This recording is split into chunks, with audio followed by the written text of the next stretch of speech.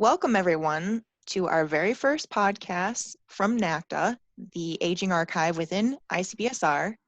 I'm Kathryn Lavender, the Data Project Manager for NACDA, and I'm here with Jim, also known as Dr. James McNally, the Director of NACDA. And we're going to talk a little bit today about the history of NACDA and ICBSR and just kind of give a nice description of our roles and our familiarity as we jump into this series of podcasts.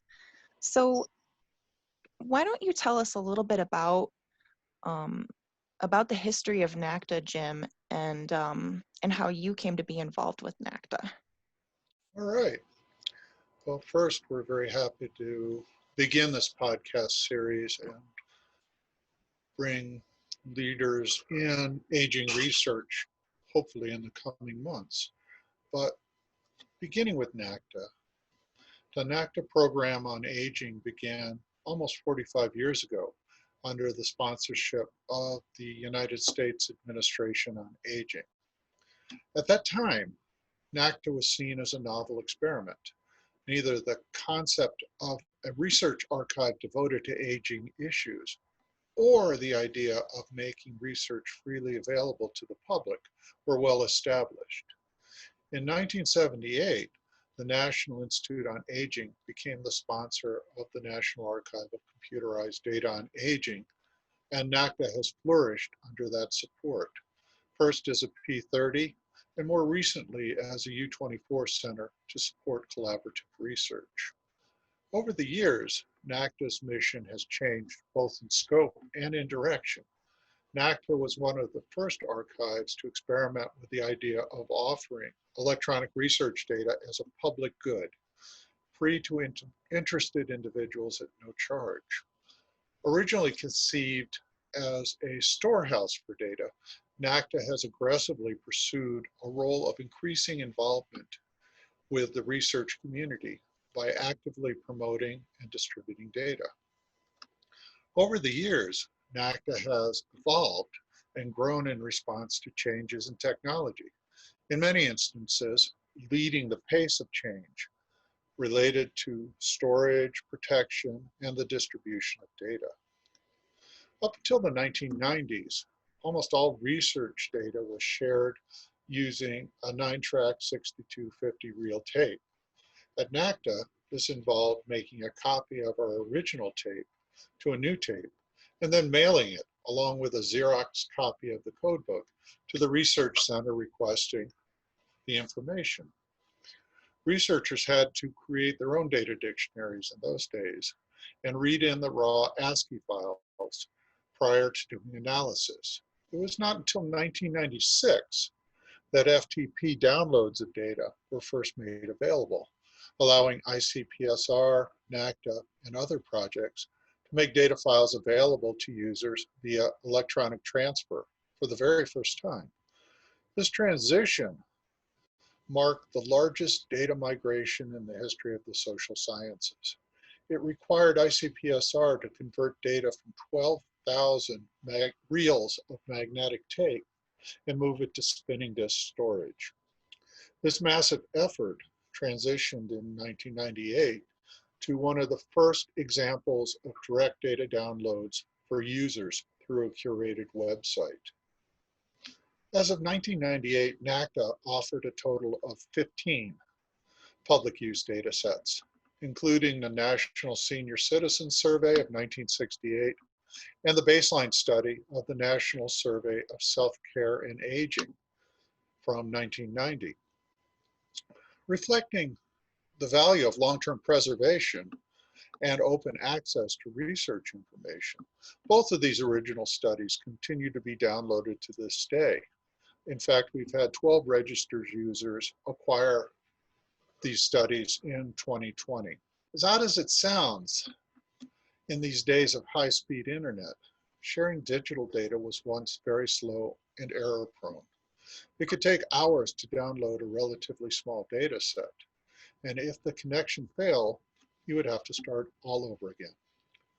To address this problem, NACDA became one of the first organizations to develop and release studies on CD-ROM in the early 1990s. This allowed for more equitable sharing of data across institutions and researchers with weaker computer infrastructures. While NACDA abandoned this kind of distribution with CDs more than a decade ago, our commitment to ensuring data equity has remained unchanged. From our initial offerings of 15 data sets in 1998, we now offer over 1,600 studies on all elements of aging, health, and life course, freely available to any researcher. The entire collection is stored online at the NACDA website, offering immediate access to the gerontological community. We also offer a trained staff of aging researchers to assist individuals in identifying, using, and sharing both our data and important NIA studies outside of our collections. And that is the history of NACDA. Wow, that's really interesting. So yeah, we've really grown, and we even have a nice short URL for the NACDA site. It's nacda-aging.org. So I just wanted to throw that out there for those of you who want to check it out. And Jim, why don't you tell us about how you got involved with NACDA? Okay. I assumed the role of NACDA director in September of 1998 at the invitation of Dr. Richard Rockwell, who is the ICPSR executive director at that time. I came to aging research in a somewhat roundabout manner. My original research interest was mortality and the causes of death. Having studied forensics at the University of Maryland under Dr. Ellis Curley in the 1970s, I was trained in the identification of skeletal remains and how they came about becoming skeletal. While this training in biomedical research served me well over the years, job opportunities for forensic anthropologists were and remain rare. Later, seeking to expand my understanding of health, I received a master's degree in population studies at the Georgetown University Population Studies Center. This additional training resulted in an appointment as a statistician at the Centers for Disease Control, where I worked on the National Survey of Family Growth at NCHS. At that time, the AIDS epidemic was emerging, and some of my early work examined the social understanding of AIDS transmission and the changes in behaviors to address this crisis. This experience continues to influence my work, particularly due to its similarities to social behaviors associated with COVID-19. In 1989, I was offered an NIA research fellowship at Brown University to earn my PhD, and I graduated in 1994 with a concentration in demography. And I was awarded the first minor in gerontology ever received from the Population Studies and Training Center at Brown University. Following my PhD, I did a 2-year postdoctoral fellowship at Syracuse University under Dr. Douglas Wolfe at the Center for Policy Research. This represented an opportunity to better understand the policy implications of aging and how research findings help guide intelligent policy to address aging issues. After the postdoctoral fellowship, I taught at the University of Rhode Island and continued research at Brown University as an assistant research professor at the PSTC. During that period, I was a co-investigator in a MacArthur Foundation project in the Philippines, doing rapid assessment of population movement and its relationship to environmental damage. I also examined the educational system in Providence, Rhode Island, looking at the impacts of internal migration on the makeup of the student body as part of a broader study of the changing composition of Providence. When these projects were completed, an opening at ICPSR for the National Archive of Computerized Data became available. This position was attractive to me because it would allow me to return to the study of aging, which had been my real vocation since graduate school. Working at NACDA offered me opportunity to be a vital part of research development that could improve the overall understanding of the aging process. But it also helps create data resources that influence policy decisions and ultimately guides the education of future students in the aging field. Since that time, over 21 years now, I've been lucky to direct and guide the NACDA program on aging with support from National Institutes on Aging. Much of this work was done under the influence of Richard Sussman, who served as one of my mentors since my first NIA funding award, and who is sincerely missed. NACDA also thrived under the capable leadership of John Haga, who continued the critical work of BSR, and we all look forward to working with the new BSR director, Dr. Elizabeth Nielsen, and her vision for the next generation of aging research. And so I came to NACDA. Wow, that's great. It sounds like you have a really well-rounded amount of experience about the aging life course and all things gerontological research related. So that's great. So from what you've noticed, how has NACDA changed most recently? It's changed a lot in recent years. Our work has always sought to support the research mission of the National Institutes on Aging as just part of the collaborative relationship between sharing research information and promoting the understanding of the aging life course.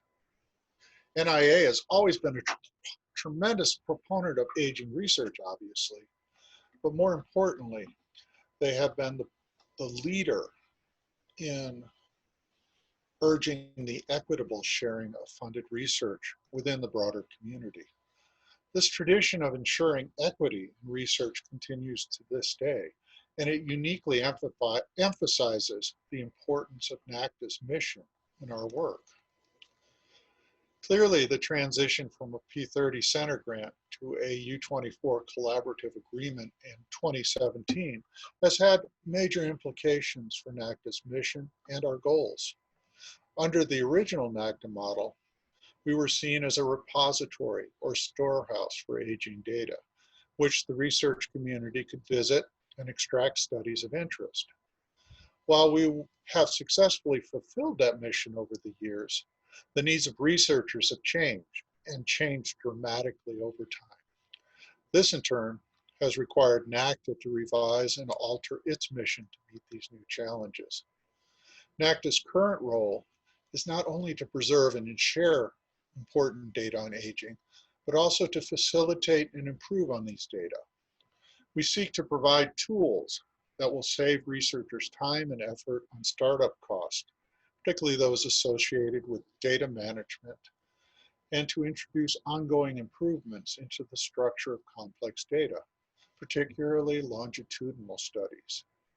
Historically, longitudinal data has been released in a series of cross-sectional waves that then had to be merged by the user to perform analysis across time. This made sense 20 years ago when the computer infrastructure, memory, and statistical software packages simply couldn't manage large data sets. Fortunately, this approach also required a significant investment in data management on the part of the researcher, resulting in increased expenses and the loss of time that could have been used in the actual research process. The computer limitations that once made cross-sectional release of longitudinal data necessary no longer exist. Still, it remains difficult to fully utilize the strengths of longitudinal data due to the ongoing release of individual single wave studies. This continues the associated data management requirements. Our goal is to simplify these tasks. We now seek to create analysis-ready longitudinal files that can be directly downloaded. These data can either be downloaded in their entirety, or users can select specific variables needed for their study and download a subset for analysis. To accomplish this goal, NACDA has embraced the DDI Lifecycle Model. DDI is an underlying data management structure that organizes information at the variable level rather than at the study level. While transparent to the user, the DDI lifecycle is a more sophisticated version of the original DDI codebook that allows us to manage multi-wave data as a single analysis object. In other words, we can merge multiple waves of a longitudinal study into a single study that is documented in a way that makes it easier for the researcher to see specific variables across waves and to quickly and accurately identify the longitudinal variables and information needed for specific study design. This approach allows us to download selected variables across time from a longitudinal study and create a ready-to-use analysis file. As is always the case with ICPSR and NACDA, these studies represent living documents with the stability provided by our 60 years of experience in data preservation. Rather than downloading and managing a huge data set of thousands of variables, a researcher can go to NACDA's DDI Lifecycle Portal and select a specific set of variables needed for their study and begin analysis almost immediately. If the next day they learn they need additional variables, they can return to the portal, extract that additional information in a matter of minutes, and resume their analysis. If they prefer, they can still come to the main NACDA website and download entire studies, creating their own subsets and configuring the data in a manner that best suits their research needs. This is entirely a personal choice on the part of the researcher. Ultimately, the goal is to provide data equity across the research community to make sure all researchers and all institutions, regardless of their size, their computer infrastructure, or their access to statistical software, can begin at the same starting point as even the best endowed research university. Having perfected the best practices of research process and data storage and data preservation over NACDA's long history, we are now moving into a new environment. We now seek to take this preserved data and begin to manipulate it in ways that make it increasingly useful to the research community, all without distorting the underlying value of the data itself. We see huge potential in this work. We can take advantage of our massive computer infrastructure at ICPSR and simplify the early steps of data management so the researcher can see greater efficiency in the use of their funding dollars and move more rapidly into the research process itself. As part of one of our most recent projects, we have completed a major metadata effort that compares the 3 waves of the National Social Life, Health and Aging Project, NCHAP, to the 8 waves of the National Health and Aging Trend Study, NHATS, and we do this at the variable level. While the emphasis of this project was to identify and compare cognitive measures across the 2 studies, it allows researchers to examine these massive and complex studies side by side to see where they contain similar variables and where their research frameworks have taken them in different directions. This particular project shows the value of presenting information at the variable level, as it provides researchers new opportunities to compare independent data sets with similar populations in a way that has not been practical in the past. By examining and comparing studies across independent data universes, we create tools to encourage new research productivity and to create new opportunities leading to a better understanding of the aging life course.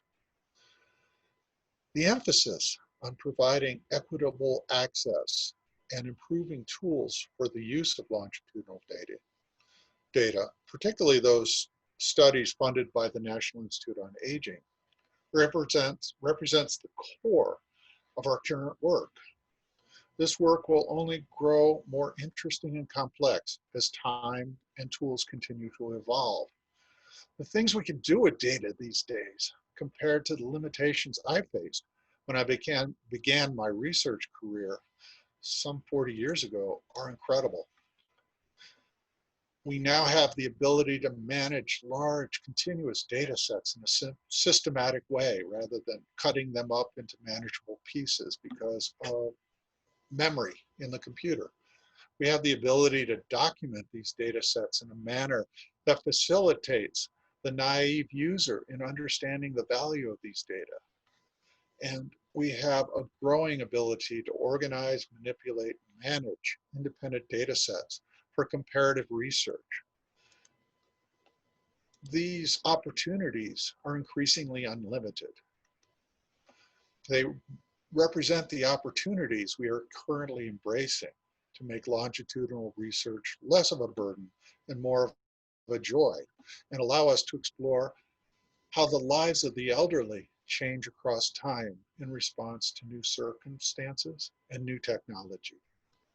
Our ongoing work in developing measures of their response to the COVID-19 crisis, for example, is just one circumstance of our growing capacity to not only preserve and distribute data, but to facilitate its use in collaboration with both NIA and the research community.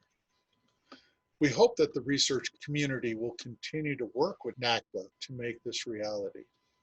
Our mission has always been to make your research easier to accomplish, and we always welcome your thoughts, your criticisms, and your suggestions to make our work more successful.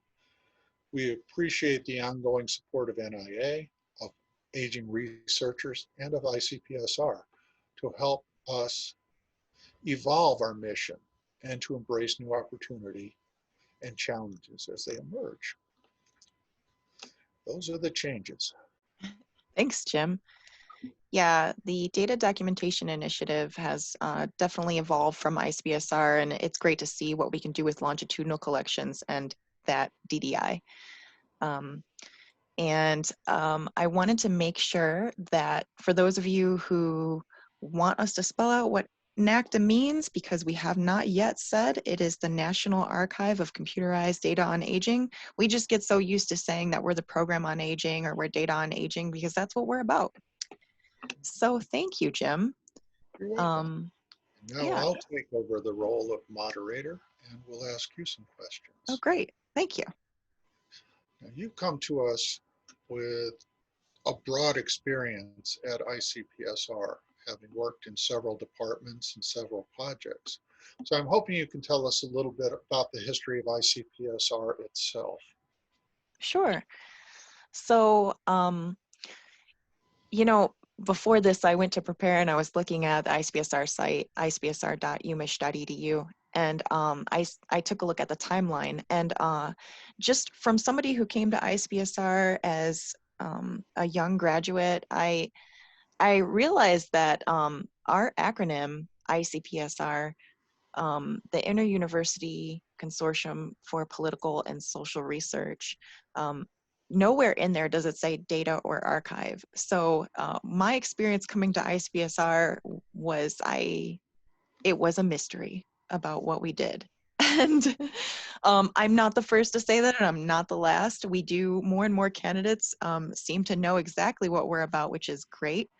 But I kind of like that we're a little bit of a mystery. But the timeline definitely helps. If you look at the timeline on our site, you can see ICBSR started in 1962, and new projects and archives were added over time. NACDA became a project around 1976.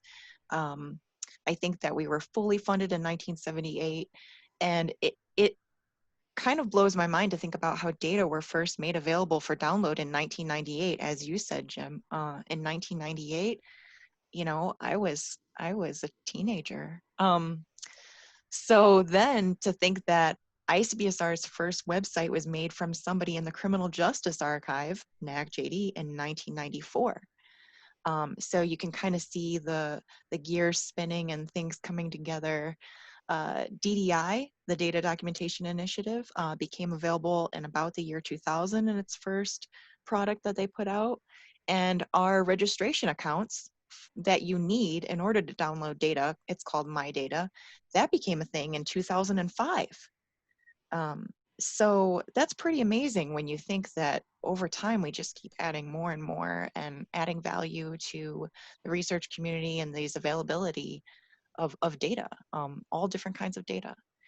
And internally, we have also worked to develop our tools. We have a deposit system that started around 2007. Prior to this, as you mentioned, we received deposits in a number of different ways, physical materials.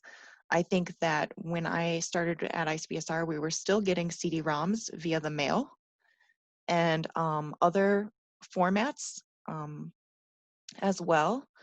And I'm guessing we did get some via email. At the time, maybe, before that, we didn't realize that like email may not have been the most secure method for transmission. But that's my guess. I don't think I've received data via email, but I'm not ruling out that somebody did. I'm sure we also downloaded some of it from other sites if it was available in such a way. So creating that deposit system was a big thing for ICBSR, I think, because that allowed for better tracking and provenance. Our internal metadata system that we used to create those study pages, that started around 2008. And actually, I was at ICBSR when that was being developed. I remember the developer coming to me and asked me to test it, and it was amazing. Before that, we used these text files that were very organized, but our application for our metadata editor surpasses it tenfold. So yeah, since then, in the last 10 years, I would say that ICBSR has just really, really grown and we continue to add member institutions. We grow in the number of our staff.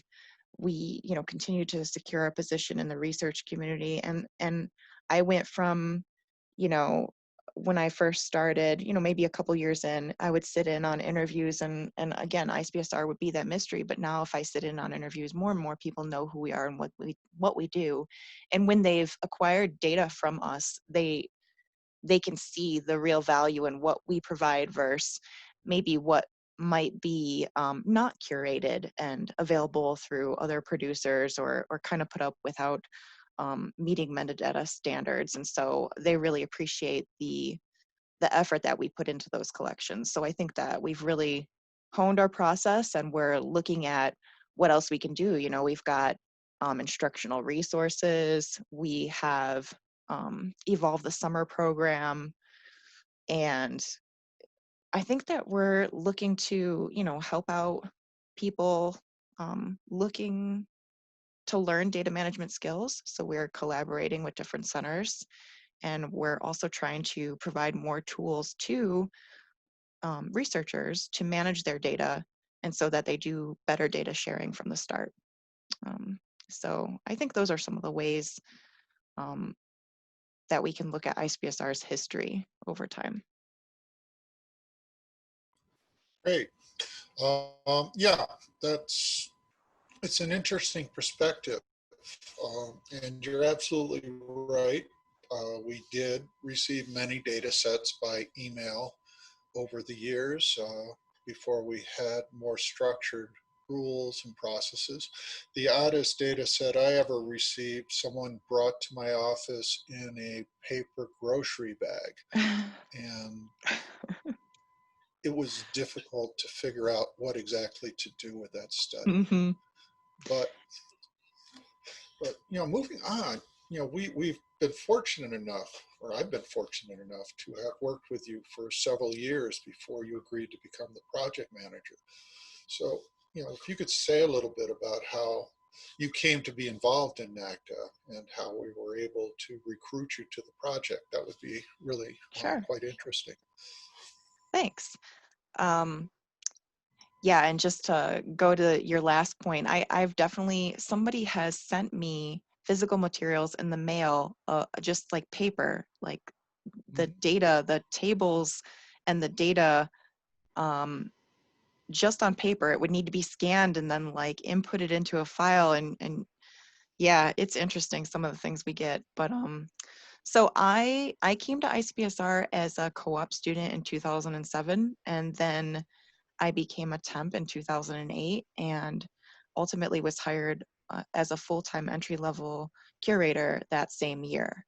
I worked in the General Archive with Peter Granda, among other people. And I like to call out Peter because he started at ICPSR a year after I was born.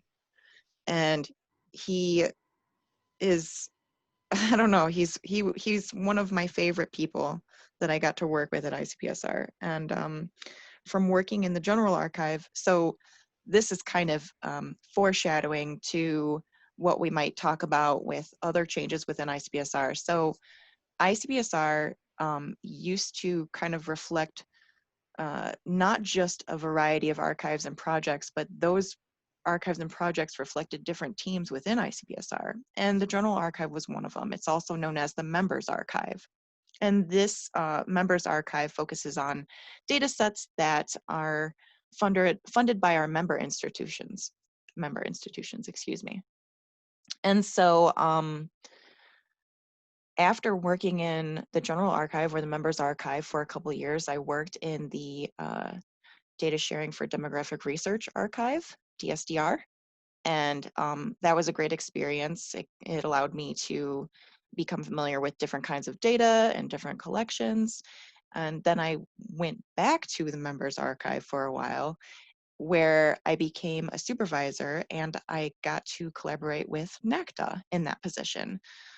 So, I started working with you, Jim, when I was supervising, and still working with Peter and the manager of the Members Archive at the time, Mike Shove. And I think that you had come to us and said that you wanted some help curating some data on aging collections. And so I supervised the people who would work on the aging data as well as the members data. And it was great to get familiar with the different data series within NACDA. Midas, the Midlife in the United States series, was, a key player for NACDA collections. And we also became familiar with the CLHLS. And I'm going to take my time saying that acronym. It's the Chinese Longitudinal Household Longevity Survey. And so it was just a great variety of data to get familiar with. And I would say that over time, over all those years that I just described, it took me a long time to piece together our process. When I had first started at ICBSR, I mainly worked on one type of survey, which were the ABC and CBS News Poll series. And they had a very standard format, and I saw one piece of the process, which is why, like I said, going into DSDR got me a lot more experience because I got to see more of the pieces. I wasn't exposed to the deposit process until I started working with DSDR, actually. And so all of that kind of created this great situation where I had seen multiple pieces of our process within the organization. I had become familiar with NACDA. I got the opportunity to travel with you and do outreach for conferences with the previous data project manager, Martha. And so later on, when a position opened up, the project manager position opened up after Martha was retiring, it seemed to me like a natural choice to apply for it. And what I was bringing to the table was, a very close familiarity with ICBSR's processes and, these connections to these other units that I had worked with. And, you know, so I guess what I'm trying to say is it all started with ICBSR in the first place, but getting the chance to become familiar with NACDA data really kind of settled it, I think. And And, you know, of course, like applying for the position, uh, it wasn't a sure thing, but I felt really good about it because it just, like I said, it seemed like the natural next step for me. And aside from that, I would say that, you know, we kind of match in our sense of humor a little bit. Um, Although I do know that sometimes jokes go over my head, and you have the perfect way of calling that out, which is hilarious for me. So I think that we work together well. Thank you. Yeah, no, I agree entirely. And one of the reasons we were very happy that you applied for the position was that you brought in this rich experience from ICPSR. In the old days, you know, curation was a very idiosyncratic process where each curator would create a data set the way that they had always done it, where you and Peter had brought a higher level of standardization and quality to the preparation of data for sharing.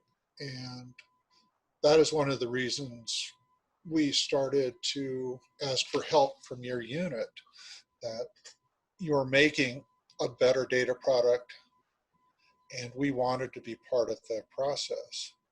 And then you brought your experience, your connections, your networks to NACDA, and it's only benefited the quality of our work and the overall value of our ability to serve the aging community, Thank you. which we appreciate it. And on that note, having seen changes in ICPSR, why don't you talk a little bit about how ICPSR as a broader institution is changing and adapting to new opportunities in research preservation? Sure. So around, well, I can't even pinpoint it then.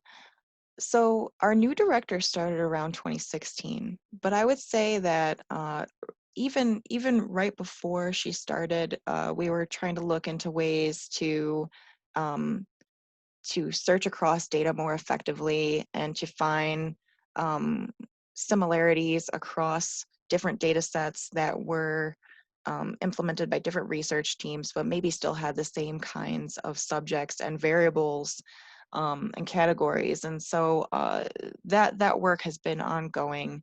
And we've always tried to look at, you know, what new tools are out there, what is the next thing we need to be aware of. So it used to be the case that ICBSR disseminated SPSS, SAS, and Stata along with the ASCII data file and the syntax. I remember when R was added into the mix. And so that's just a very simple example of how we try to keep our eyes on what is out there, and so that we can be prepared for any new demands. GIS, when GIS became more popular, there was an initiative at ICBSR, which I was involved in, to try to see how we might ingest GIS files and disseminate them. And so I would say that we've always tried to keep our eyes on the horizon. And when our new director, Maggie, joined ICBSR, we experienced some changes that worked both to restructure our staff and teams as well as our systems. And so, as I mentioned before, that I had moved from team to team within ICBSR, which kind of also reflected project to project. Now, ICBSR is structured in such a way that we're more collaborative. So instead of it being the case where I might be a curator or a supervisor or a manager for just one team and then shift after a couple of years and be 100% another team. I think now it's more the case that people at different levels could be involved across multiple projects. And so the teams more reflect our similarities in our roles. So there's a data project manager team or project manager team. There's a curation unit. And so it allows us to be a little bit more flexible and respond to different demands more effectively. And then as far as our systems, we're currently undergoing ways to, I don't know, grow with some of those internal tools I mentioned, our deposit system and our metadata editor. And I can't say much more about that, and I don't think it would make sense to external parties anyway, but just know that we are looking at ways to change our systems so that we can ingest and disseminate data more effectively. Always, we're always looking, to make sure that we are ahead of the crowd if possible. And so those things sound kind of very vague, which is a little bit intentional, but it also sounds, I don't know, maybe like not such a big deal, but they are. It's a lot of effort to adapt to those changes and be ready for them, and in an everyday kind of feeling. And it's not, I don't want to describe it as chaos, because it's not. I mean, there's a little bit of that involved, and always a little bit of conflict involved whenever you're trying to grow and change, whether it's as an individual or as an organization. But I don't want to downplay that ICBSR is constantly growing. And so being part of NACDA within ICPSR, I think that for us, that speaks to, how, like you said, the data documentation initiative, DDI, and how we're trying to make sure that longitudinal data is discoverable, and so that users see the potential more clearly. And I think that it's not just NACDA, but I know NACDA the best now, across like the other projects, I would say, as compared to the other projects that I know of. And I think that we are making more of that effort, but I see that across projects and within NACDA, we're trying to, like you said, take these preserved collections and see what ways we can change what might be available so that users can see that potential of those data easier. And you might think about this like every data set we receive becomes a study, unless it's clear that the data sets are intended to be used together. A lot of this depends on how it's deposited. And we rely quite a bit on depositors. And if they don't provide the information, we might be forced to withhold curating and releasing the data, or we might be forced to release it as is, unsure if replication is actually possible or whatever. And so now I think that we're making more effort to make sure that we reach out to depositors and give them more information at the start, so that we can proactively address any issues. I think that we've always done this in some manner, but I think that because, ICBSR has been around since 1962, we know our process, we understand archiving, we understand preservation, and now we're shifting to maybe more user support, research community support, and like I said, for NACDA, this means how we rethink longitudinal data access. So using DDI is one of the ways that we've evolved to kind of make that, I don't know, easier for users with that collectible portal, which is powered by DDI. And DDI itself changes as well. So ICBSR uses DDI codebook as the underlying product for our variables search.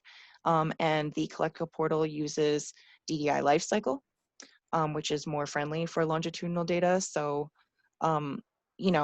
ultimately, I think that we'll have to figure out how that fits in with what we're providing.